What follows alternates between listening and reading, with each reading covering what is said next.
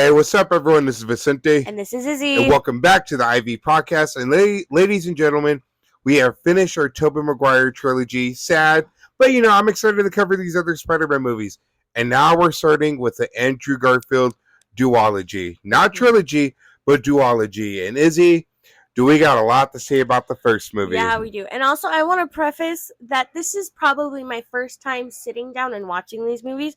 So basically, I'm like a first-time watcher because I didn't grow up watching the Andrew Garfield movies. My Spider-Man growing up was Tom Holland. So just to preface, if I don't get anything perfect, because I have not watched a lot of Andrew Garfield at all. And and I did my best to kind of keep her up to date because I enjoy Andrew Garfield. He came out when I was a freshman in high school. And for what it's worth, he did a good job and he was very passionate about the character. So I can't fault him for that.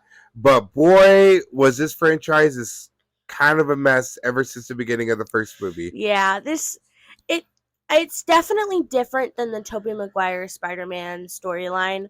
And I don't know if I want to say it was in a good way, but it's just different. We'll go with that. It's different. You see, because with the Tobey Maguire movies, he kind of had that old school Stan Lee, Jack Kirby, and Steve Ditko Spider-Man versions of the character. But this one is very inspired by Ultimate Marvel, which in turn I do not like. Yeah, this one, it felt very... I told Izzy that it felt like it was trying to be like The Dark Knight. And there are some Spider-Man stories that are very, very dark in particular. But even then, they're not that dark. I mean, when they are dark is when he's teaming up with the other Avengers members. And not that I don't hate the Ultimate Spider-Man comics. I did enjoy them in the beginning. But then after the event leading up to the death of Spider-Man, and then after that, it just got kind of whack. And, like I said, for what it's worth, Andrew Garfield did give it his all. But, Sony Pictures wanted a Spider-Man universe, kind of like the MCU. And it was just a hot mess. But, that's the second movie, which we'll talk more into. Izzy, what are your thoughts on the first movie? I mean, I thought there were some parts of this movie that were done really well, especially looking at the Tobey Maguire. I still enjoyed this movie overall. Like, it wasn't a bad movie. I still enjoyed it. There were parts that I really liked and parts that I didn't like, but I still enjoyed it overall. Oh, I know which part she's talking about, which we'll get into a little bit. But before we get more into the episode, I just want to give a huge shout out. So, there's a radio host that used to do radio in Sacramento, and unfortunately he got cut because, corporate media sucks. We'll just say that. But he started his own production company, and his podcast was big. The Mikey Podcast. I highly recommend you check it out. He's a fun-loving dude. He accepts everyone. He's a cool dude. He's invited to the carne asada cookout. I will say that. Mikey, you ain't no longer Mikey. You're Miguel. Yeah, but anyways, we just want to give him a shout out because he's a very down-to-earth dude. We met him a couple times, especially with the radio show that he was with, that damn show. All of them were just such cool people and down-to-earth. But he started his production company. We're going to show his logo right now. The Muscatello Media. Man, I'm excited to see how far he's going to go with this whole production company, with this podcast. Brother, I just want to give you a shout out, man. I'm not even going to ask for one. That's on you. But yeah, Mikey, keep up the good work, man. We miss you down here in Sacramento. We love you. We miss Ian. We miss Larry. We miss Stroke. But I know you guys will be doing better on your future endeavors. Yeah, and good luck on your journey. It's really exciting to see someone so small start this big old business. Oh, yeah. You're only way up, brother. Yep. Only way up. All right. Now, back to the episode after the little shout out. Okay, so I do like the Amazing Spider-Man movie. Don't get me wrong. And fun fact, Andrew Garfield wasn't the first choice to be Spider-Man. There was two other choices, Josh Hutcherson and Aaron Taylor Johnson. Do you know who that is? Not off the top of my head. He was Kick-Ass. Oh! Yeah. But then I think he did Kick-Ass before this movie. So that would have been weird to have Kick-Ass, the actor from Kick-Ass in an R-rated movie, and have him in a family-friendly Spider-Man movie. Granted, Amazing Spider-Man was dark, but imagine the kids wanted to know more about this dude, and he see that he did a superhero movie, and yeah, that would have been one to see with Kick-Ass and Kick-Ass too. But also kind of funny. Yeah, but then Josh Hutcherson, I don't think I could see him as Spider-Man. I just think he doesn't look the part. No, I mean, I've seen a few other Josh Hutcherson movies, and he's not a bad actor, but I can't see him as Spider-Man either. Yeah, I know. It's just... Yeah, I know. Like I said, Josh Hutcherson, great actor, but I just can't see him as Spider-Man. And then he fall into Andrew Garfield, and I'm not going to lie, when it comes to Spider-Man himself, he's probably one of the best when it comes to the Spider-Man trail itself. Not Peter Parker necessarily, but as Spider-Man himself as that character. Yeah. So before we get into our positives and negatives, what would you rate this movie? I think I would give this movie a solid 8.5. Oh, not bad. Okay. Not bad. Okay. I would give this movie just a strong 7.5 out of 10. 7.5? Because it's not a bad origin story, but I do kind of have my problems with it. Just because like what we were led to believe what this whole franchise was going to be about. And then he just kind of abandoned the sequel. But like I said, we won't talk about the sequel until next week. So without further ado, let's get into our positives and negatives. All right, so starting off with the first positive is Andrew Garfield's portrayal of Spider-Man. Now, like I said, he was very, very passionate about Spider-Man. What I loved about Andrew Garfield was that he would go around with fans dressed in a Spider-Man costume. He'd even play basketball with some kids down the street in a Spider-Man costume. I know. Aww. It's so sweet, and he even went to Comic-Con as Spider-Man, but no one knew it was him until he took off his mask and revealed himself. And I think that's kind of how they revealed that he was the new Spider-Man. But his Spider-Man in this movie, I like it. He's making jokes, making quips, and he's funny. Something that was missing from the Tobey Maguire movies somewhat. I think him as portraying Spider-Man, I think he does an amazing job. I like, because we see the fun side, the quirkiness side of Spider-Man come out, especially when he's fighting crime. We still see that he's not like, oh, I'm a serious crime fighter. He's still throwing out those quirks, those jokes, making it a fun-loving time, but also kicking ass. Yeah, and it's nice when we have an actor that's so passionate about this character. He talked about how he read the comics as a kid. He even looked up at Tobey Maguire when he was a kid. So it kind of shows that he's always loved the character of Spider-Man. And, as much as I can give this movie kind of a little bit of crap for trying to be like the Dark Knight, I do appreciate the version that they were trying to go for, even though it was a little bit like Ultimate Spider-Man from those comics, and I kind of dislike it. But at the same time, I do appreciate that it was a breath of fresh air. It was something that we'd never seen. So I can appreciate that. Yeah, I agree. It was something different, but also with the same character that we love. And I think in some ways they did accomplish what they set out to do. Oh, yeah. So, yeah. Oh, yeah. And, and it makes it even much better when we see him come back in No Way Home. And I'm still praying for the day that we get an Amazing Spider-Man 3, because I think he does deserve it to finish off a trilogy. Oh, yeah. All right. And now moving on to our second positive, Emma Stone as Gwen Stacy. Oh, my goodness. Now, this is what I'm kind of happy that the Amazing Spider-Man franchise did. They took a different route when it came to love interest, because I was always afraid that they would just do Mary Jane again. And I wanted characters like Betty Brant or Liz Allen, characters from the comics. But then when they announced Emma Stone as Gwen Stacy, I was happy. I was happy as hell. Emma Stone is very, very beautiful. She's a talented actress. But her chemistry with Andrew Garfield in this movie actually led them to date in real life. Fun fact if you didn't know.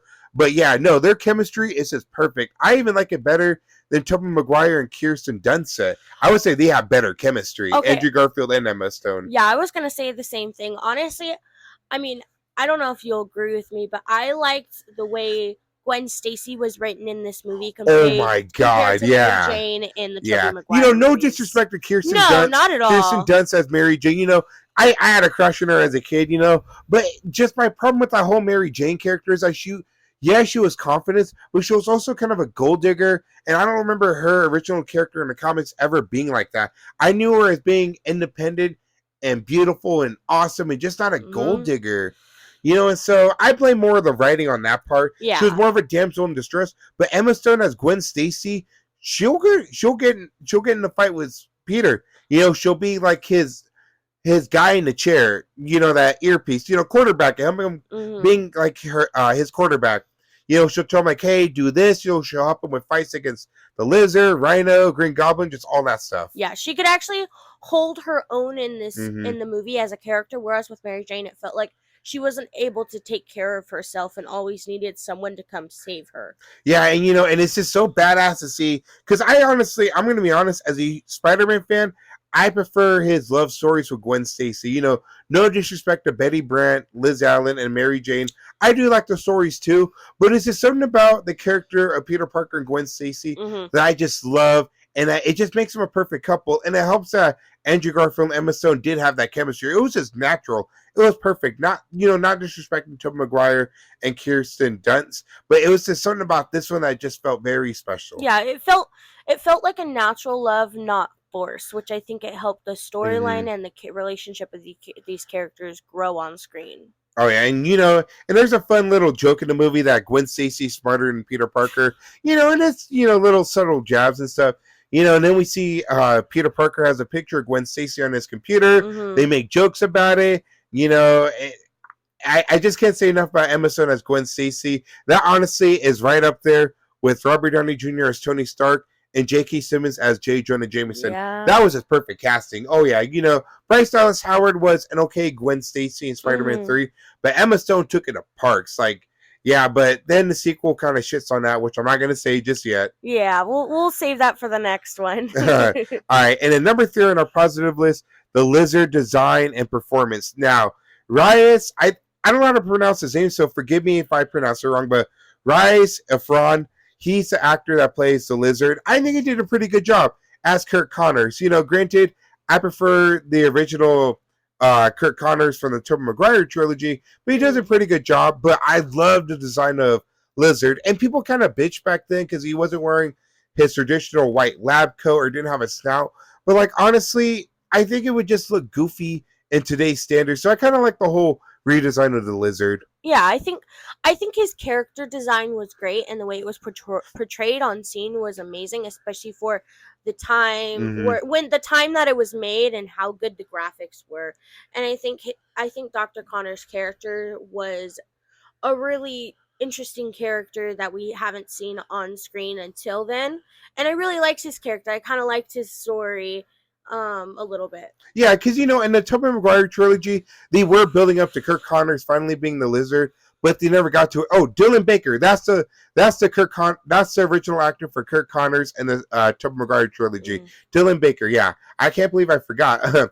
Yeah, but and it's nice to see the Lizard finally appearing on the big screen because he is a big Spider-Man foe. He's at least top 10 in his rogue gallery. And what's fun fact is that The Amazing Spider-Man takes a lot of inspiration from the original Spider-Man 4 script. Yeah. With the whole Lizard being the villain. Okay. So it's finally nice to see Curtconnors finally get his redemption at being the Lizard. And this Lizard, like I said, I like his design. He acts like a reptile. And that's what I appreciate. Granted, I don't like his whole evil master plan, which we'll talk about in a little bit.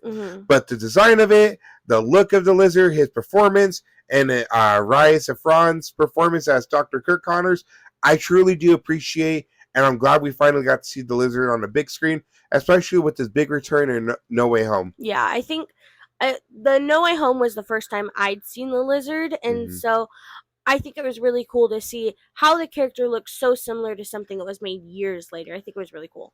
Oh yeah, so big ups to the Amazing Spider-Man franchise for taking inspiration from the original Spider-Man 4 script and finally getting the Lizard on the big screen. Granted, I kind of wish we would have seen him in another Amazing Spider-Man movie, but you know what? You get what you take. Yeah. You can't always have your cake and eat it. Exactly. All right. And then number 4 on our positive list, the new Spider-Man suit is actually pretty badass. I like it. Back then people were hating on it, but I've seen more people grown to love it. I think the new suit was, if I remember correctly, it was very shiny. A little bit. But I just think it's the way it looked in daylight. Yeah, that is true. I also really liked, so I don't know if you could tell, it kept catching me when I was watching the movie, but the rim around his eyes is actually blue instead of black if you look in the light, and I thought that was a really cool characteristic about the costume, and it wasn't just that typical black. Fun fact about the Amazing Spider-Man suit too is that at one point the original concept kind of did look a little bit too much like Tobey Maguire's original concept suit. Yeah. Which I'm glad they went different because it separated itself. And not a lot of people love this costume. I don't see a lot of love for it, but I do like it. Especially as a first movie origin suit, it looks nice. People complain about the yellow eyes and stuff, but actually I think it kind of goes along with it. I like it. Granted. They said that the reason why they didn't get a lot of daylight scenes in the movie was because the suit didn't look good in the daylight at all. And you can kind of see it when he has his one scene in the evening and daylight. But at nighttime, the suit is where it's perfect. Yeah, I think the suit shines a lot, and I think it makes his character look like a fun character, and it brings out his quirkiness. I don't know if that makes sense, but like, it kind of does, yeah.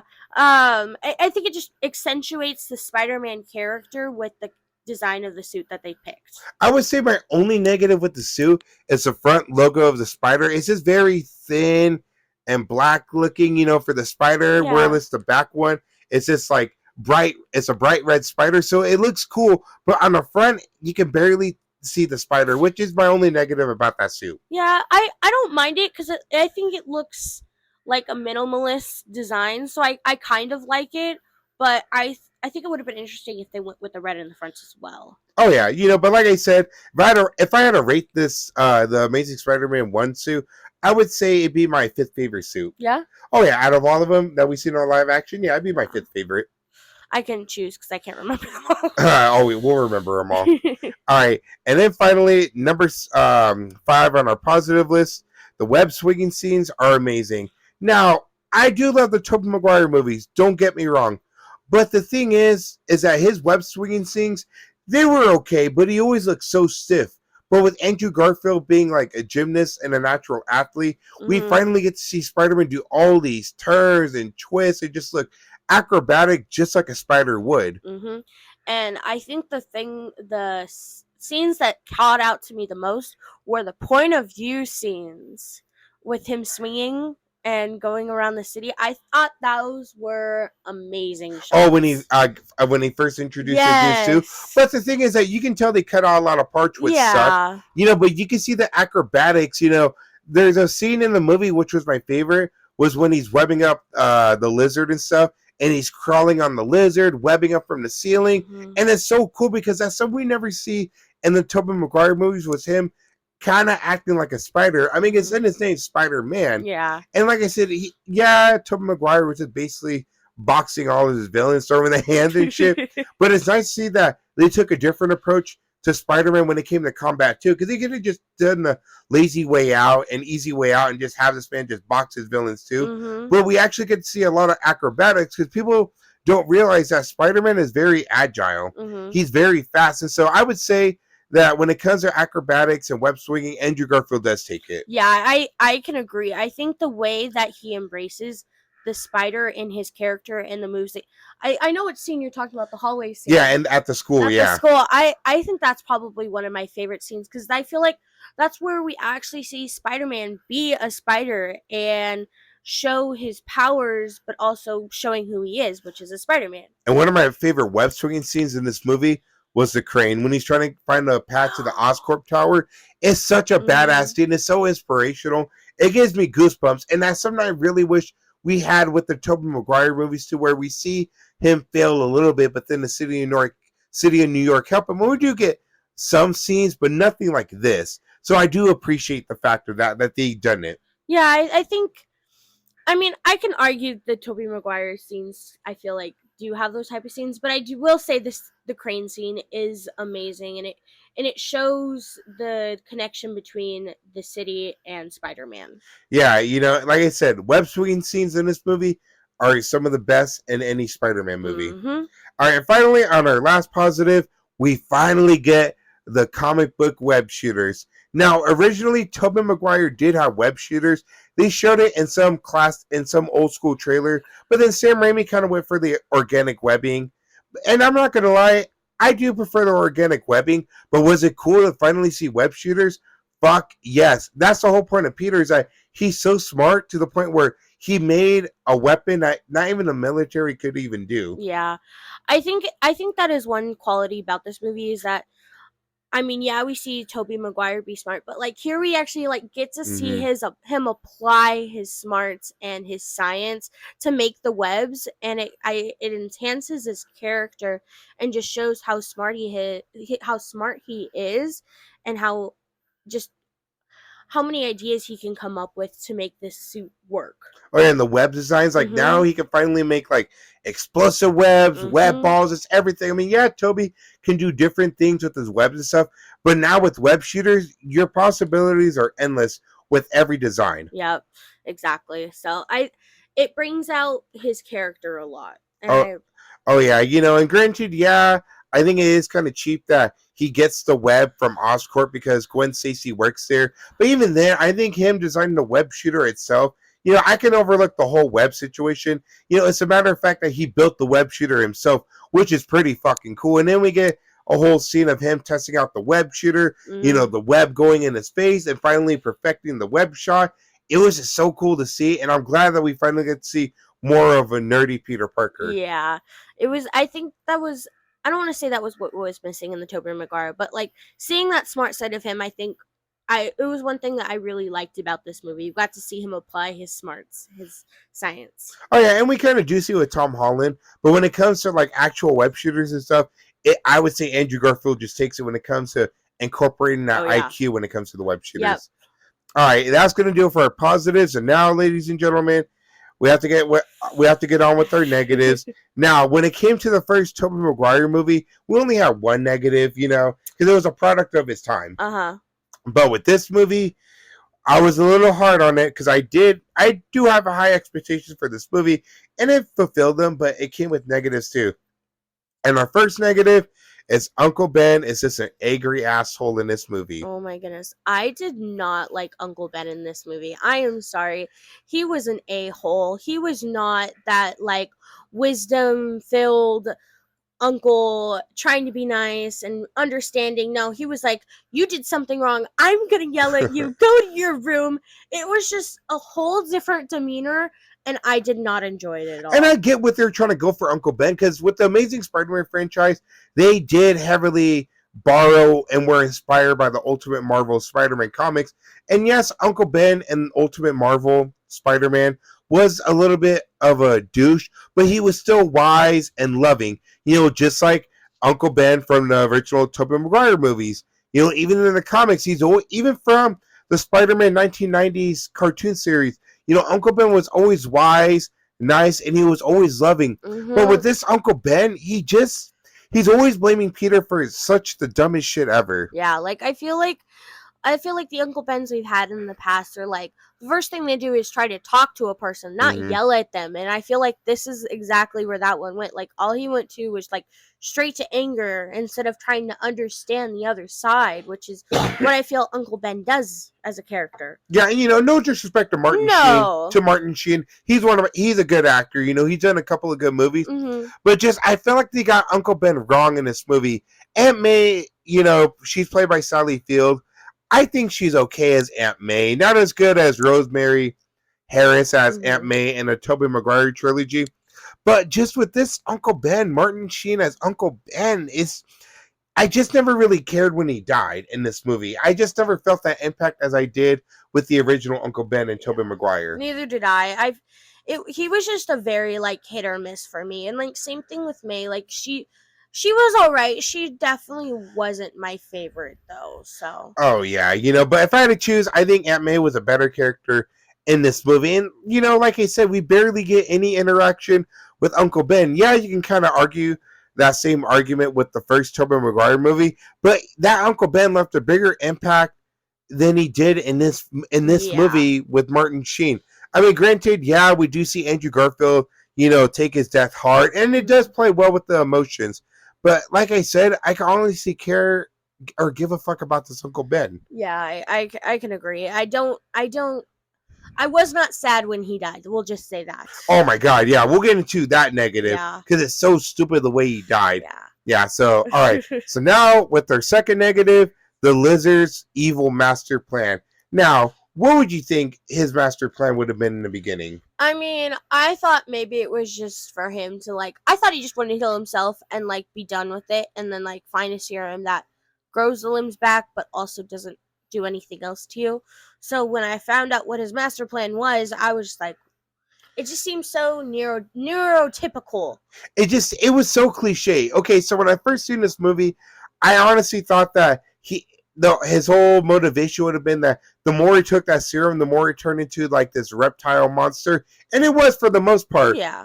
Or that he was going to get revenge on the workers at Oscorp, start killing the CEOs, the higher-ups and everything. But no, his evil master plan is to turn everyone into lizards. And that's such a Saturday morning Power Rangers cartoon villain motivation right there. Yeah, that was.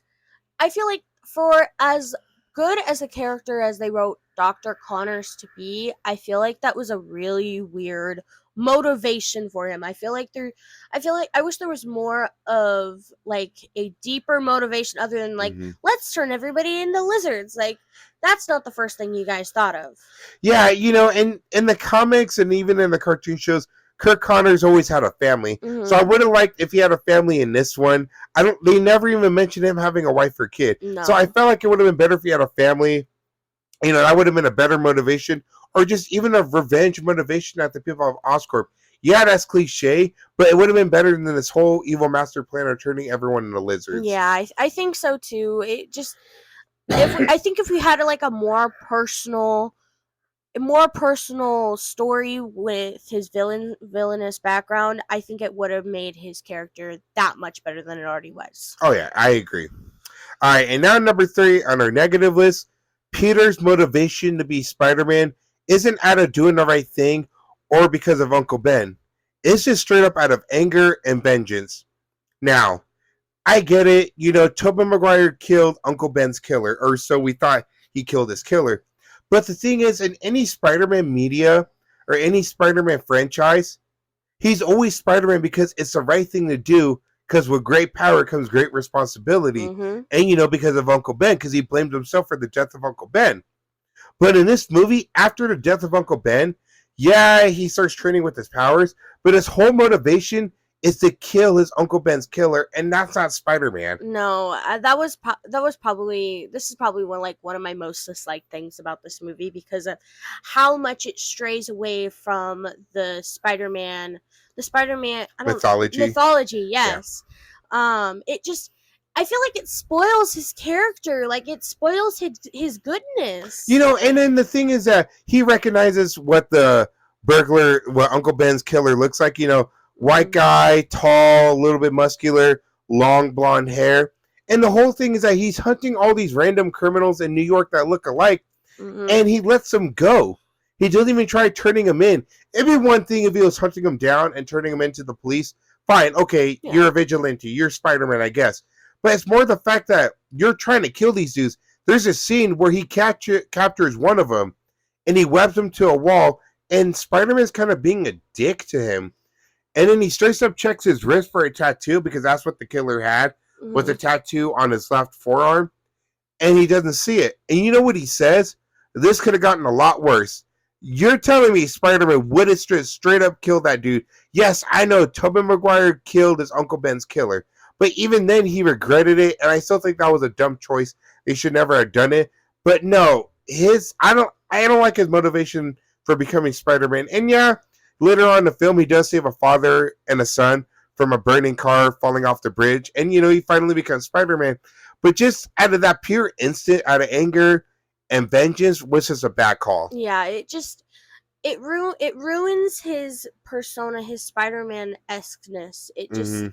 It makes him seem like his bad guy, where Spider-Man is supposed to be this friendly neighborhood Spider-Man, and like doing it for the greater good, for responsibility, not because he wants to catch a villain. Yeah, but like I said, I really don't fault Andrew Garfield for that storyline. I kind of blame it more on the writing. But like I said, he eventually does become Spider-Man for the right reason. But just in that pure moment, I just don't like the whole anger and vengeance thing. Yeah. Okay, so number 4 on our negative list is Andrew's portrayal of Peter Parker makes him seem like kind of a douchebag. And what I mean by that is that I don't mind if you want to update the character of Peter Parker himself, but he just seemed like kind of an asshole, skateboarding around town, and I get it, sure you want to change things up with that character, but he just, I don't know, he feels like too cool. If you get what I'm trying to say. I do. I agree. I feel like he's like more of like the loner cool kid rather than like that nerdy kid in the background that we saw in the Tobey Maguire. And I don't think it fits the Peter Parker persona. For me, it doesn't fit when I think of Spider-Man or Peter Parker. Yeah, and Spider-Man isn't an outcast. Peter Parker isn't. In the comics, yeah, he's kind of like a loner, but he's a handsome loner. Yeah. He's a nerdy, handsome loner. But with Andrew Garfield, it's like he's way too handsome to get bullied. Way too handsome, way too cool. And then he has like another training montage where he's like skateboarding with his spider powers. And like, I don't like it. It's just a nitpick. Yeah, same for me. I feel like it was such a weird scene to see him training with his skateboard.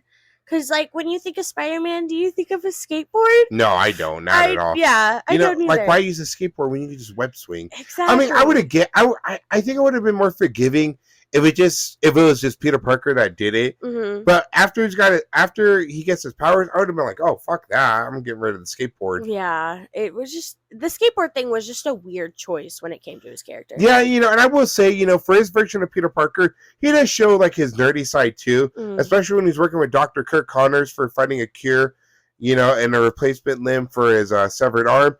But even then, I just don't like the whole skateboarding thing. That's a big nitpick for me. Yeah, me either. All right, and now number 5 on our negative list is the way Uncle Ben gets killed. This is what I'm talking about. Okay, so think of it like this.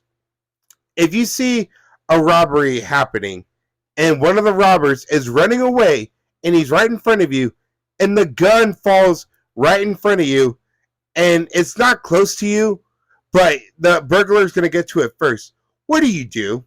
You run. Yeah, you run or you put your hands up. Mm-hmm. You want to explain what happened? So basically what happened is instead of running away from the scene, and instead of like actually trying to talk to the burglar, which is what pisses me off in this scene, he runs towards him and like not strangles him, but like attacks him, and then he gets shot.